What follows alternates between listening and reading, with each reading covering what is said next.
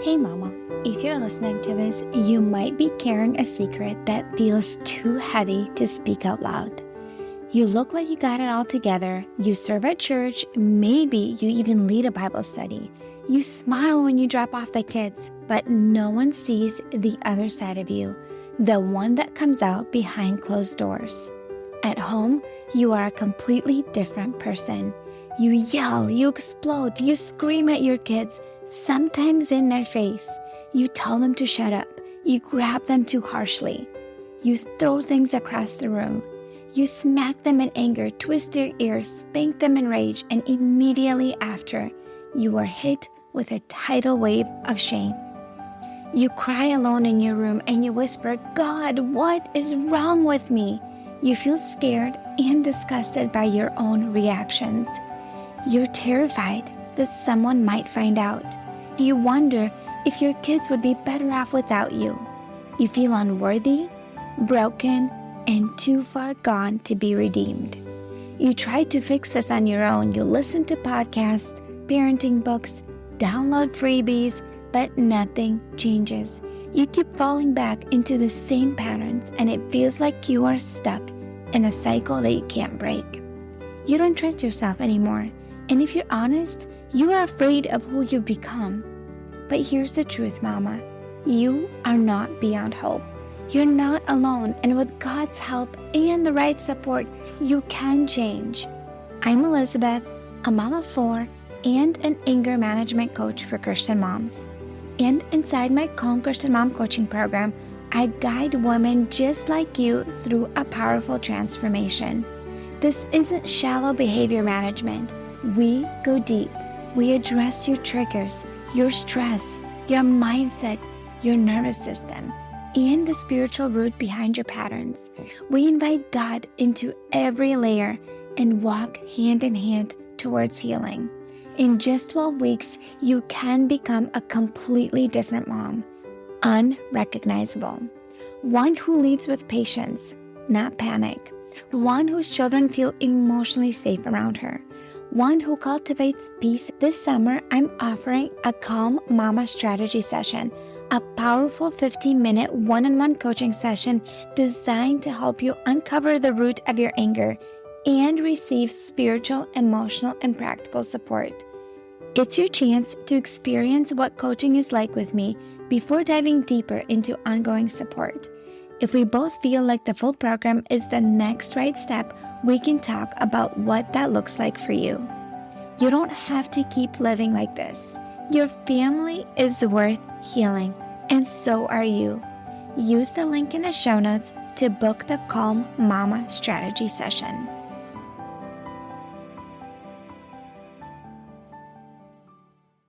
Hey Mama, welcome back to another episode of Emotionally Healthy Legacy. In today's episode, I'm doing a crossover podcast recording with Rachel, who is a postpartum doula, and we'll be talking about my birth story because I had 2 C-sections and 2 home births. We'll be talking about ways that you can support yourself proactively as a mom who is pregnant to reduce your mental stress, and then several tips that Rachel gives about postpartum. Things that you can do to lower your stress hormones so you're less reactive. Yes, we're going to have emotional roller coasters, and we also touch on hormonal shifts postpartum. So if you are pregnant or newly had a baby, then this episode is for you. Hey everyone, I'm Rachel Manns. And I'm Elizabeth Andrzejewski. And this is our crossover podcast, which is going to be a lot of fun. We're going to talk about emotional health in this episode during pregnancy and postpartum specifically. So I'm with the Natural Birth Talk. I'm a birth doula and a childbirth educator. The main focus of my podcast is natural birth, natural pregnancy, and natural postpartum. And this episode is going to be a lot of fun today. I'll let Elizabeth introduce her end. Yeah, and I am Elizabeth. I am a stress coach for moms. I teach moms stress management proactively and also regulating emotions in the heat of the moment so you can respond with patience and calm with your kids. So that's kind of like my goal. That's what I help moms with. And actually, I've had 2 natural births and I've had 2 C-sections. And I have an interesting story. My first and my last were C-sections, and my 2 in the middle were home births. So, wow, what a difference. mm-hmm. Actually, I'm kind of interested if you don't mind sharing your story. Yeah, I can share my story. So my first one, it was a first-time mom 10 years ago. So, just went into the hospital, had the idea of having a natural birth, and kind of backfired. Things got involved, had Pitocin, had epidural. Things did not progress, and it was just a C-section because failure to progress. That term is one of my least favorite terms. Yeah, and like when they already said, oh, okay, we'll do C-section, that's when I actually started to feel a ton of pressure. I felt like I had like a watermelon coming out. But because I was a first-time mom, didn't really say anything. And you didn't know. I didn't know. Yeah. And so I had a C-section. And then I came across the documentary, The Business of Being Born. Yeah, love that one. Yes, before I got pregnant with my second one. And I'm like, oh my gosh, I totally want to have a home birth. And I was so excited about it. And I had a home birth. And that's amazing. Yes. And I had a much bigger baby. So the first one was 7'7", the other one was 8'3". Oh, and my most recent baby was a home birth and was 8'3". Yeah. And so everything went fine until the baby's head came out, and then he got stuck. And they really struggled getting him out. Really, really struggled. And they did get him out, but it was challenging. Yeah. And so I had 2 midwives that were present. And I asked them on a scale of 0 to 10, like 10, we cannot get the baby out. How bad was he stuck? And they're like a 7. So he was stuck, severely. And so but the rest of the birth went like amazing and great. Yeah. And postpartum went great. Like, and I loved the whole experience of having birth at home, like going to sleep in my own bed. It was just amazing. And so when I got pregnant with my third, I was just going back and forth. I'm like, should I schedule a C-section? I don't want a C-section, but this was scary. What we experienced was scary. And I really wanted the whole home birth experience. I loved seeing midwives when I was pregnant. I just loved the whole journey. And, and I was just deciding back and forth. And I think I was like 16 weeks along when I finally decided to do another home birth, and I finally saw a provider, because before that I'm like, I didn't even see anybody because I'm like, I don't know what to do. And so, and they were like, okay, we're just going to make sure like you don't like watch your diet so your baby doesn't get too big. Maybe they thought like the baby's just a little big for my body, because I am a 4'11" and I'm pretty petite. So they thought, okay, maybe just like a large baby. And so I was like really concerned, and anxious about it. And also my husband was starting to be a flight attendant at that time, and he just finished his training. So I had 2 fears for my birth. I had, what if my baby gets stuck again? What if my husband misses the birth? Yeah. And like, I know this is not like super exciting, but both of them happened for my birth. Both my husband went on I went into labor at 39 weeks, and he was in a different state, and I went to labor at night, in the middle of the night, and there was no flights to get back home until early morning. And by the time he got home, he already missed the birth. And so he didn't make it. And then I was really careful with my diet, not to eat too many carbs, not to eat too many sweets, just so like the baby doesn't get too big, since that's what we thought maybe happened with the other one. And so my birth, like the progression kept like happening, and I was in the pool again, and then the head came out, and I push and nothing happens. I push again and nothing happens. I change position and nothing happens. It got scary. The baby's head turned blue. The midwives, one of them is trying to pull him out as I'm standing, and she's communicating to the midwife behind me who's holding me. She's like, I can't get him out. I can't get him out. Like, she's like, we need to switch. And I can see her face. It's been at least 5 minutes with his head like sticking out like that, and like pushing and not being able to pull him out. And somehow, by the grace of God, like my mom was like in the room, she like walked away praying out loud, like, Lord, please, like let like the baby come out. And so they pulled him out, and thankfully everything was okay. He was alive, he breathed, but it was so scary. And the midwives told me postpartum, like afterwards, they said they've never experienced things that severely. And they did an internal pelvic exam, probably 9 months postpartum.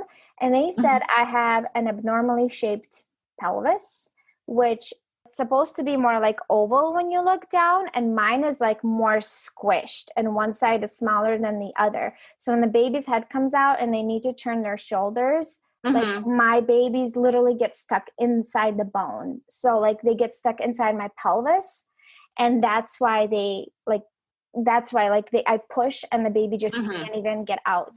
And so because it was so severe, they said that they would not do another home birth with me for their own liability. And they said, if I have another baby, they would highly recommend doing a C-section, which I was not really happy to hear that. And I was really I had to grieve that for a little bit because I really enjoyed having natural birth. And so that made me really, really sad. Though I had a really cool experience having my not natural C-section. I had a gentle C-section where they lowered the drape and I had sterile gloves on, and I got to pull the baby out and put her on my chest. And that awesome. Happened this past July. And I totally stand by natural birth. And I like, if a mom can do it, if there isn't any like medical reason for her not to, like, I totally support that. Like I have hypno babies, I have Ina May's books. Like I like give them out to all my friends and like other moms who are pregnant. I'm like, do a natural birth if you can. I want to talk about how like kind of the emotions and the stress levels and kind of what you did, you know, C-section versus home birth, or like in the postpartum period, you know, did your birth affect how you were feeling in the postpartum period, or did the plan of your birth affect how you were feeling during pregnancy at all? I think the first time, the fact that it didn't go as planned, that really messed with me. I was really disappointed because by the time they took me to take a C-section, my epidural wasn't working anymore. They put me out completely. I did not see or hear the baby cry. I was like 2 hours later until I saw him. Like my mother-in-law and sister-in-law held him before me. Like it was a lot of emotions that were really hard for me to process. And I was really disappointed and I felt like a failure, obviously. Like I think a lot of moms struggle with that. Being like in my early 20s, it was hard. I would say like I really struggled with the first one. I think that's why I was really passionate about doing things differently with my second one. That's why I really I did all the exercises. I read all the books. I did a lot of prep. I did hypno babies. Like I did a lot of stuff to support myself to have a different experience. And besides the baby getting stuck, everything else went so great. My healing was so much better postpartum. I also did placenta encapsulation with the three other ones, 3 pregnancies. Not the first one because I didn't even know about it. I had a lot of emotional ups and downs postpartum with the first one. I think the birth was one of it. The other one, I think it's like not having the placentas. I think that really helped me. Like being more, like level.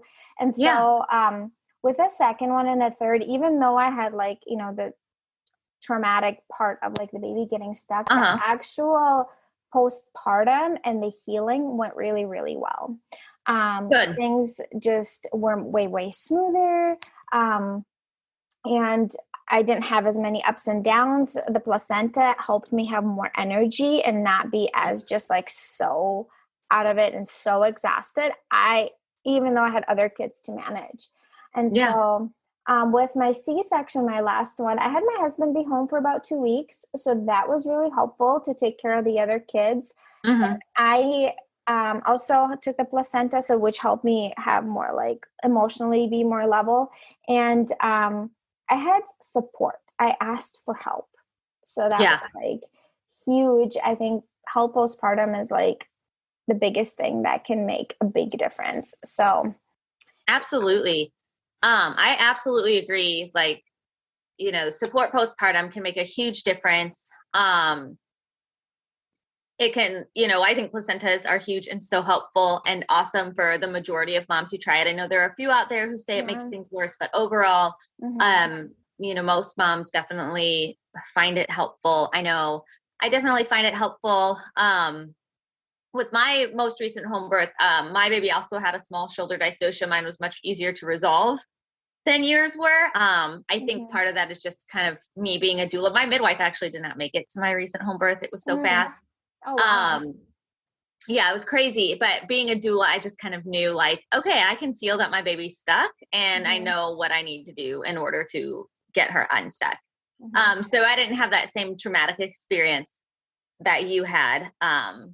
It definitely is a thing, but generally speaking, it's for so most rare. It is so rare. So don't count on it. Yeah. Like I have such a rare experience. My midwives had hundreds of births and they never had anything like me. So like moms, don't make this scare you. I know that this is my experience, but I so stand by home birth. I love home births. I think they're amazing. And I really wanted to be a doula at one point before I became a stress coach. Like I was really looking into it and I'm like, I would only be home birth doula. Like I wouldn't want to be a hospital doula, only home birth and like postpartum doula. I had a postpartum doula with my third one and it was just amazing. It was just amazing. Postpartum doulas are amazing. So let's kind of take this, we've talked so much about the natural birth and I love that you kind of brought up your gentle cesarean birth too, because, obviously my podcast is a natural birth talk and a cesarean is not a natural birth, but you can add those beautiful natural elements into that birth, where you got to pick up your baby and put them straight to your chest still. Like that's so amazing. And I love that, natural aspect, even though it was a cesarean birth.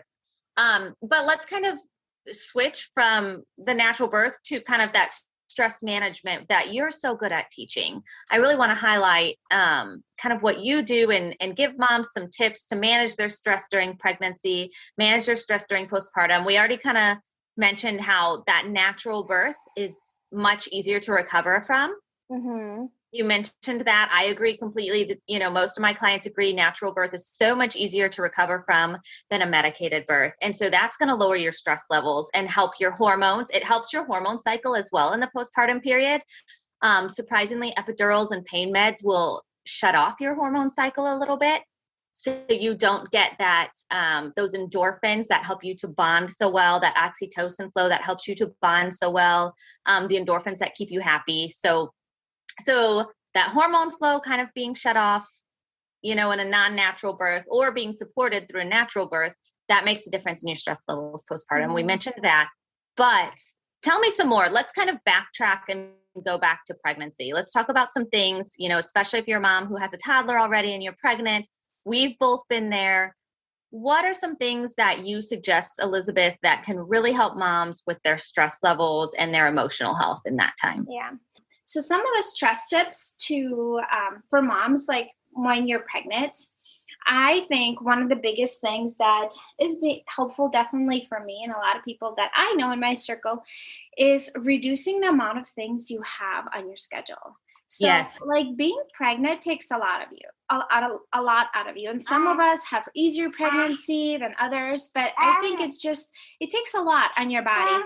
And so trying to do things, I guess, the normal way, like you normally would go about your life, in the sense of like having all these things on your to-do list, having all these commitments. I think it would be really, really helpful for moms to kind of look at some of the things on your schedule and you're like, okay, what is actually supporting me? What is good and what is not? Like, because like for me, for example, I mentioned to you this before, like I have a toddler that could go to preschool right now. I have 2 older kids in school, a toddler could go to preschool, and like a baby right now. And like, I choose not to send him to preschool because it would create more chaos in my day. Going back and forth, it would interrupt the day even more. And for me, being a person that gets easily overwhelmed, that creates extra chaos. And like, I I choose not to do that. Or if you have, let's say, evening commitments, maybe this is a season to tell your older kids, like, no, this is not going to work out for us. And this, I think this tip also works really well for postpartum, even when you're pregnant and postpartum, because like my son wanted to play football and I'm like, last fall, and I'm like, I have a newborn. I just had a C-section. I understand that you really like empathize with them. Like, I see you. I understand your daddy works long hours. I have 4 kids. I'm just not able to do that at this stage in our life. Right. Like, and if I tried, I would overwhelm myself. I would stress myself out. I would be snappy, agitated, frustrated, and an angry mom. And I know that about myself. So I know that I need to say no to certain things. So every time you say yes to something, you're saying no to something else. If you're saying yes to all these commitments, you're saying no to rest and like taking things easier for yourself, like spending time with your family. So just kind of like keep that in mind. I think that is like one huge thing that moms need to be aware of. Yeah. And I think an important thing to point out is that we, in our American culture, we idolize busyness. And that is a horrible thing to idolize. Yes. You don't have to be busy to be successful. You don't have to have your kids in every little thing. You don't have to be involved in every little thing. There is so much wisdom in the traditional cultures and the cultures maybe that aren't as developed, or even, some developed cultures where they just understand that rest and peace are more important than busyness. Busyness is not a life goal. No. And like at the end of the life, like when you go back and you look, like, I don't think any of us were like, oh, I wish I was more busy. Like, it's usually like, I wish I spent more time with my family and just like focus on the things that matter. And like, even thinking, look, what are your priorities in life? And does your life actually align with what you say your priorities are? If your priorities is like to spend time more with your kids and be more connected with them, well, guess what? Having a schedule where you're out of the house 6 evenings a week and you're constantly running late and you're so overwhelmed, you never have dinner together, like as a family, and your life seems so chaotic, like that's not really aligned to what you say you want your life to be like and what matters to you. So is it hard to say no? It probably is in the beginning, but as you practice it more, it becomes easier. So. Yeah. I think that is an awesome tip in how to manage stress in pregnancy and postpartum. Yes. This one applies to both. And like, it's not like no forever, but it's like, this is just not the right season for it. Like, what is important in this season? If you're having, health struggles when you're pregnant, like then your rest is more of a priority in this season versus your kid making the football team. Like, literally in the long run, what is a lot more important? And if you are running an empty, you're overwhelmed, your health is going down the drain, like it's just not worth it with your son making the team. At least that's how I see it. Yeah, I can definitely agree. You have to weigh the benefits and the risks. And, as a mom, like I think we also we often feel bad for telling our children, no, they can't do something that we know would be fun or we know they would learn from, but they don't have to learn everything in this life. They don't have to do everything in this life. And it is okay for them to be told no, even if it's something they really want to do. Yes. The other thing I would say, like, that was really helpful for me when I was pregnant and I had other kids, was, since I'm a stay-at-home mom, I don't know if a lot of your listeners are stay-at-home mom. I know a lot of mine are, but the thing was like creating quiet time in the afternoon. If you have toddlers, if you have older kids and it's summertime, like we had like kind of like not a super strict structure of our day, but we sometimes would go places in the morning, sometimes not. But every time in the afternoon after lunchtime, we had like, I even had it like a 2-hour quiet time. But I would say that is really important to just like decompress and for everybody in the family, not just mom, but just kind of slow down and use that time to do something that will help you feel better, which is not being on the phone. We talked about that. That so many people want to pull out that phone in order to, quote, decompress, but staring at your phone, playing on TikTok, playing on Facebook, playing on Instagram, Snapchat, whatever, that is not actually decompressing. Your brain is not decompressing at those points. You're actually, causing more tired, more stress on yourself by playing on your phone. You have to find something else to do. Yeah. And so like the blue light from your phone will actually increase your stress hormone. And I don't know if you've ever like actually paid attention. How do you feel after being on your phone for 2 hours? I'm a lot more agitated and annoyed with kids. I don't know about you, but that's how I feel. And usually I'm like, and I get more irritated with little things. Versus if I read a book, what if I just take a nap, right? What if at all possible with the ages of your kids, little one, what if you actually just do like a DIY, something you really enjoy? How about you just listen to music? How about you do some stretching? Something actually good for you and that's going to be beneficial. Yeah, absolutely. I completely agree with you on that one. Take that quiet time and do something calm and beneficial, not play on your phone. Yes. And so the other thing that I think was significantly helpful for me as a mom of 4 is doing a little bit of prep when I was pregnant to help me with postpartum, like adjustment, things to be chaotic. One of them is like I decluttered the house, like to get rid of some of the things. So that was always in the nesting mode. That always was like super helpful for me.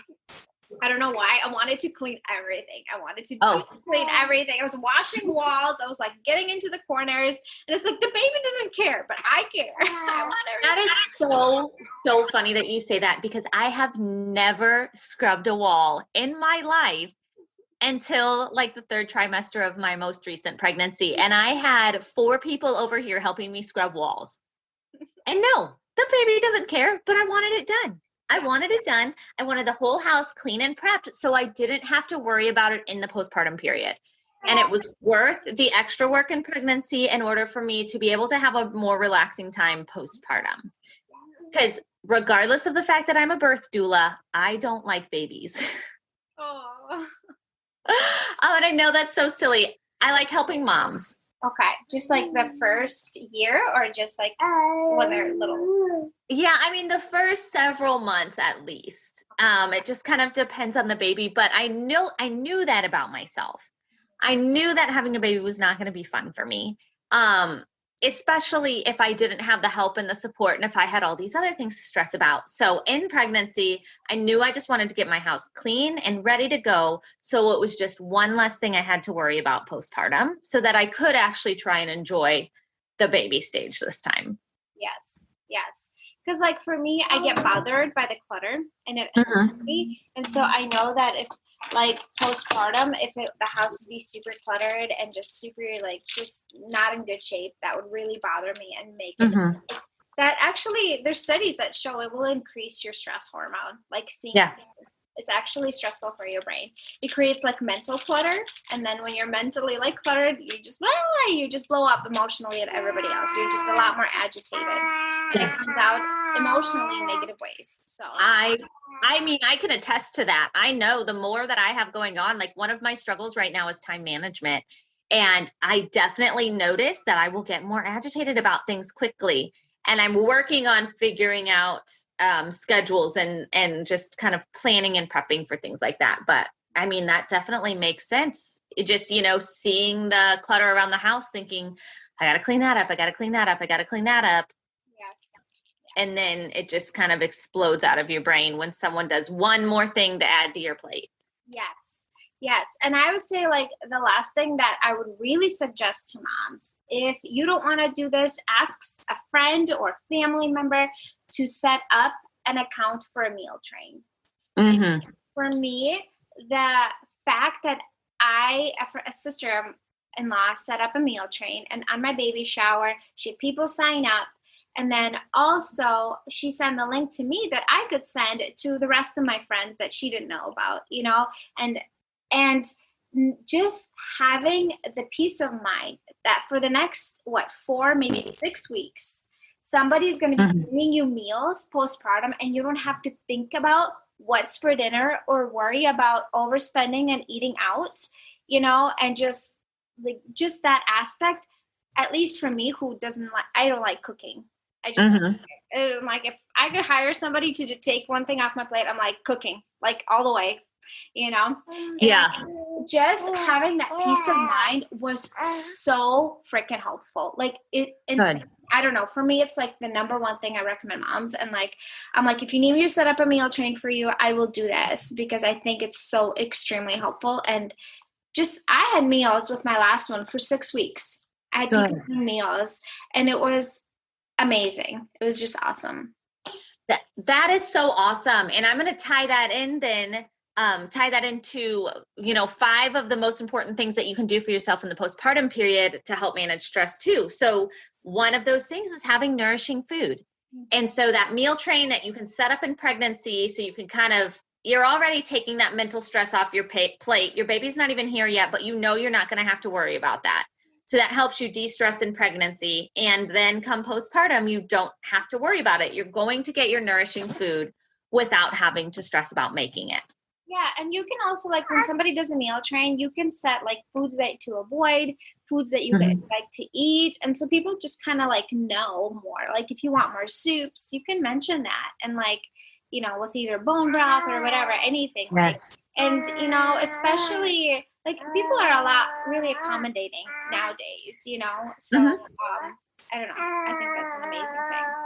Yeah. And, so tying that into postpartum, like I said, having nourishing food, one of my rules actually this postpartum period, and I suggest it to all of my doula clients, was, I was comfortable with anyone coming to see my baby anytime they wanted to, or coming to see me. But the rule was, if you came to visit, you had to either bring me healthy food or do a chore when you were here. Oh, I like that.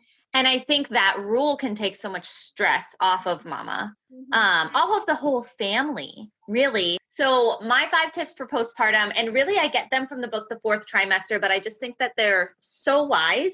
The 5 main tips are that moms need an extended rest period.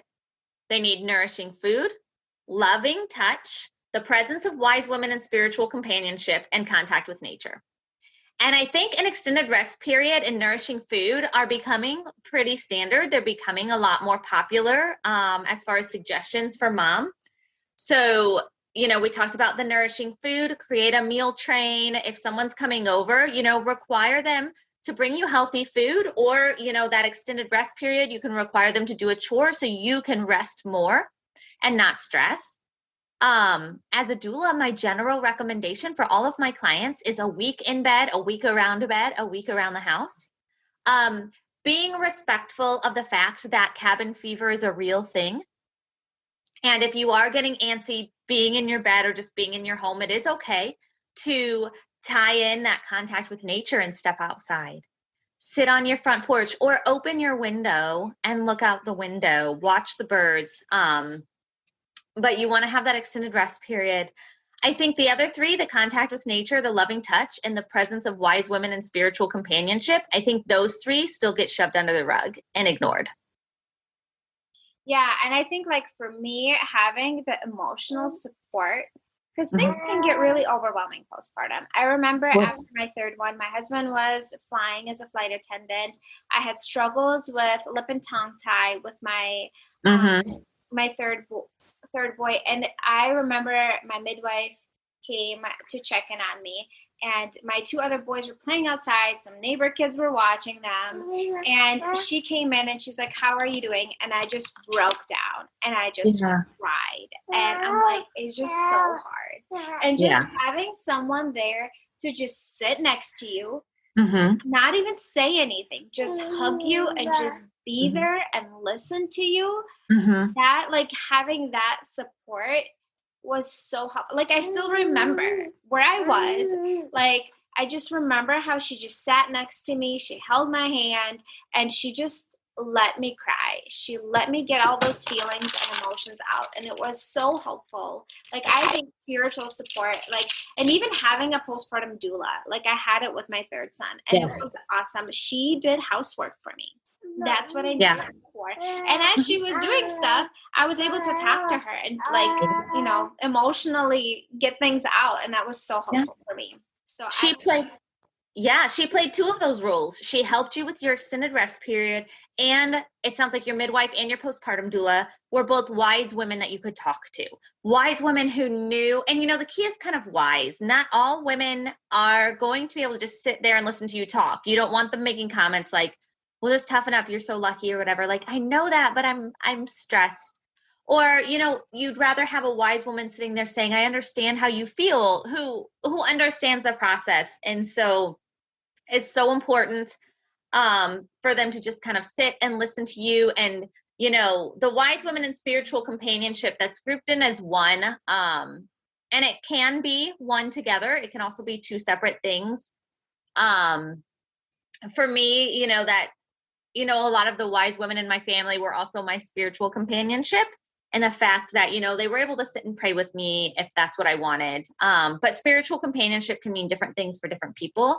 So you just want to find someone that resonates with you, that you can really sit and talk with, and that can really support you in that journey. Loving touch is another one that gets looked over, though. Yeah. It is really traditional in a lot of cultures for other women to come into the home and massage mom daily to help with her blood flow. What? That's awesome. Yes.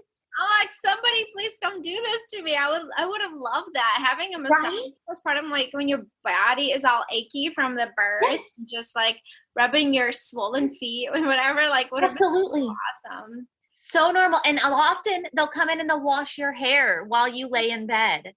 It's so traditional, and that loving touch is huge. And so that comes with the presence of wise women and loving touch, but just loving touch from your partner too, to just, you know, your partner can do that too. Your partner can come in and massage your feet or massage your back or, you know, whatever it is that you need. Anyone can be that loving touch for you. Sometimes maybe you just need a hand to hold, but that connection with other people to know that you are not lost in the shuffle of having a baby, to know that they see you and that they're there supporting you, that touch is so, so important. Yeah. And I think also because like so many of us, if we're staying home, right, at least for 2 weeks, we start feeling really lonely and isolated, and having that support. Cause like for me, I love emotional connection and just connecting with people. And so a lot of the people that did bring me meals, about half of them, not all of them, some just dropped it off, but they would come in and they would check in with me and how I'm healing and how my birth went. And I love talking about my birth experience. Yeah. And like, you just need to process everything. And I'm a verbal processor. And so it was just having like people just there next to me, people that I connect with, and just, it was amazing. And I think that's so important and maybe sometimes overlooked. Having that emotional support is really, really, really helpful. Absolutely. And then for me, honestly, the biggest thing for me was contact with nature. Like, I think that really, really gets overlooked. People don't realize how important, especially in America, how important just having that contact with nature is. Like, something as simple as opening your window and looking outside and watching the birds is going to give you a whole new look, a whole new look out on life. Like, in that moment, you're going to, it's kind of hard to understand, but your body needs that contact with nature. Your body needs, you know, it can help with cabin fever. If you're feeling really isolated or whatever, just kind of looking outside makes you almost feel like you're in a different place than you are. My midwife yelled at me because like a week postpartum, I was sitting on my front porch, but instead of in bed, but I needed that. I needed the fresh air. I needed just that outside. I felt so much better just being outside. Yeah. And I want to like add to that, like being in nature and just even sitting outside. Cause like, I live in a neighborhood with like townhouses, so nothing too crazy, but even with my daughter, like I had her in July, just sitting outside in a comfortable chair and just watching the trees, and my kids got to play outside, and it was nice and warm for me in that stage. But it's actually really good for your nervous system. It calms the nervous system and like calms some of those stress hormones. And it's actually really, really beneficial just being in the, like even the breeze and stuff of like, nature. And even if it's wintertime and you can't get out, just looking outside at the trees and just like looking outside, even that, like it's good Mm-hmm. and it's calming for your nervous system. So I would stand by that. I think that's super important. So yeah, completely. That's my main 5 tips. All of these things tie so well into reducing stress in the pregnancy period, in the postpartum period. You gave us some awesome tips, which I greatly appreciate. Is there anything else you want to talk about?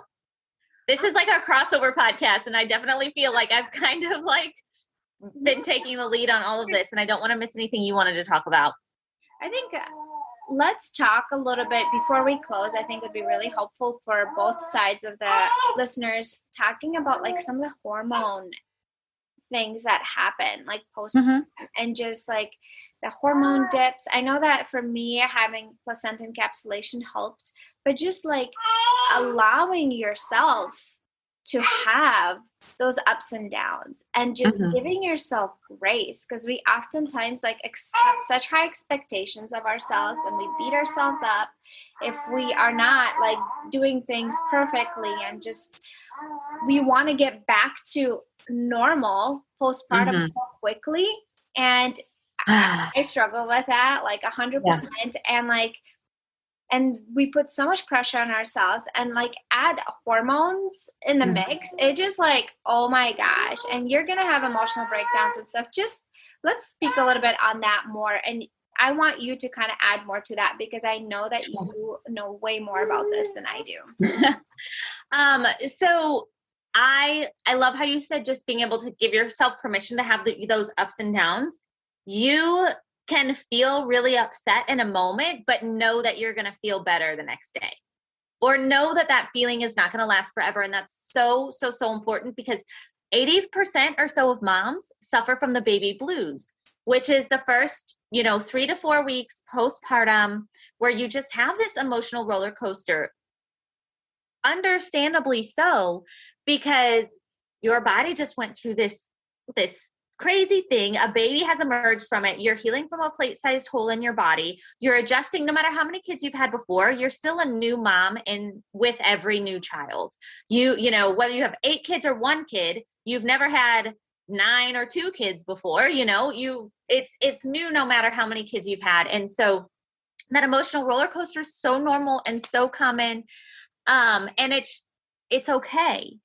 It's okay, because we're not supposed to get back to quote normal. I hate that our culture puts so much emphasis on that, because that is not the goal anymore. Your goal is to create a new normal with your new family, because it has changed. And there are certain things that can go back to quote normal. If you loved yoga before, you should keep doing yoga. You shouldn't give that up, because that's good for you if you loved it. But maybe you were in a book group before and you enjoyed it, but it wasn't a core of who you are. You can let that go. It's okay. And so anyway, back to that baby blues of like that emotional roller coaster. You've got hormones. Your hormones are going crazy. Your nutrition, probably needs a little extra support, which we're not always getting in our culture. There's a lot of body changes and healing happening, and it's okay to look at your partner and love him or her, love them so much in this one moment, and then be really angry at them that their nipples are useless in the next moment. Those are okay feelings to have. Those are normal feelings to have. Resentment sometimes happens. Yes. Postpartum. And then when we feel resentment, we like blow up and like obviously like this whole spiral. So yes, there's a lot that comes with that. I was like, my husband sleeping with his useless nipples. It was so frustrated at times, right? And so like, just like even normalizing it, is normal to struggle emotionally postpartum. Like give yourself grace, and just, if you have a big blowout, apologize for it later. I think we all experience that, and just like being like understanding and compassionate towards yourself, I think is so, so important. And instead of like beating yourself up for it. Yeah. So. And making sure you're surrounded by people who also understand and also have compassion for that. And then remembering that just because you feel awful in one moment doesn't mean you're going to feel awful forever. Yes. Like that perspective of knowing that our feelings don't last forever is really important.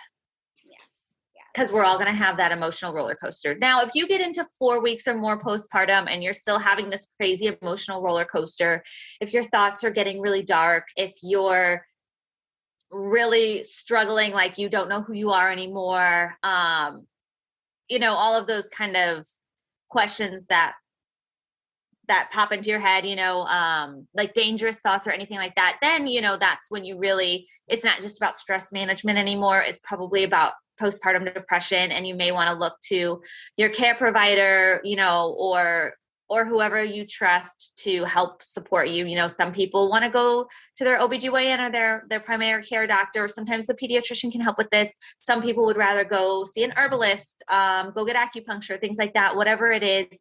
If you're kind of reaching past that four weeks postpartum where that's still happening or it's getting worse, not better, then it's not just about stress management necessarily anymore. It's kind of wanting to address things at a deeper level. But for the most part, if we can just manage our stress using a lot of the tips you and I have given the audience, and remembering that rest, number one, I think is most important. We both kind of talked about rest so much. It's most important. If we can just tackle those things and take it a day at a time, then we're going to feel a lot better. We're going to do a lot better. We're going to be a better version of ourselves. Yeah. Yes, I agree with you. I agree. Well, let's kind of like tell our listeners where they can find more information and connect with both of us if they want to learn more. Yeah. So I hang out mostly on Instagram. I am under Emotionally Healthy Legacy. I talk a lot about stress management, especially like mental stress, things that like calm our nervous system, ways to regulate emotions. And that's kind of like my big focus of my podcast. It's also under Emotionally Healthy Legacy. I do offer a free stress management call. So if you feel super heavy and overwhelmed, things are like really weighing you down, you feel like you're reacting all day long, you can connect with me and either email me or send me a message on Instagram, and we can set up a free stress management call. And that's awesome. Yeah. And how about you, Rachel? Where can people connect with you, my listeners? So I am on Facebook and Instagram. It's at The Natural Birth Site is my handle for both of those. And then obviously the Natural Birth Talk, which is my podcast. And then I also have a YouTube channel called The Natural Birth Show, and every episode on there corresponds with that week's episode of the podcast. Hey mama, here are the takeaways. Birth rarely goes as planned, and it's okay to feel sad if things did not go as you imagined. Talking about it will help you process it. Number 2, reducing commitments in seasons of pregnancy and postpartum will significantly lower your stress hormone. Number 3, when you are creating time to recharge, make sure it does not involve a blue screen. Number 4, rest, nutritious foods, being in nature or looking at nature, emotional support, and physical touch are both very important for postpartum period to go smoother with less stress. And the last one, it is so normal to have hormonal shifts postpartum. You are not broken if that is what you are experiencing. And you will not be able to feel normal for a little while. And that is okay. It's a season for grace. Hey mama, do you find yourself snapping over the smallest things, like spilled milk or constant whining, then feeling horrible afterwards? If you're tired of losing your temper and you want to show up with more patience, I have something for you. It's a free training called How to Be More Patient with Your Kids so you're not screaming over spilled milk. Inside, I'll walk you through 10 simple things you can start doing today to become a calmer, more Christ-like mom, even on the hard days. To get it for free, just leave a rating and review on Apple Podcasts and send a screenshot to hello@emotionallyhealthylegacy.com. Or if you'd rather skip the wait, you can grab it right now for just $27. The link is in the show notes. Let's help you become the peaceful, patient mom your kids need.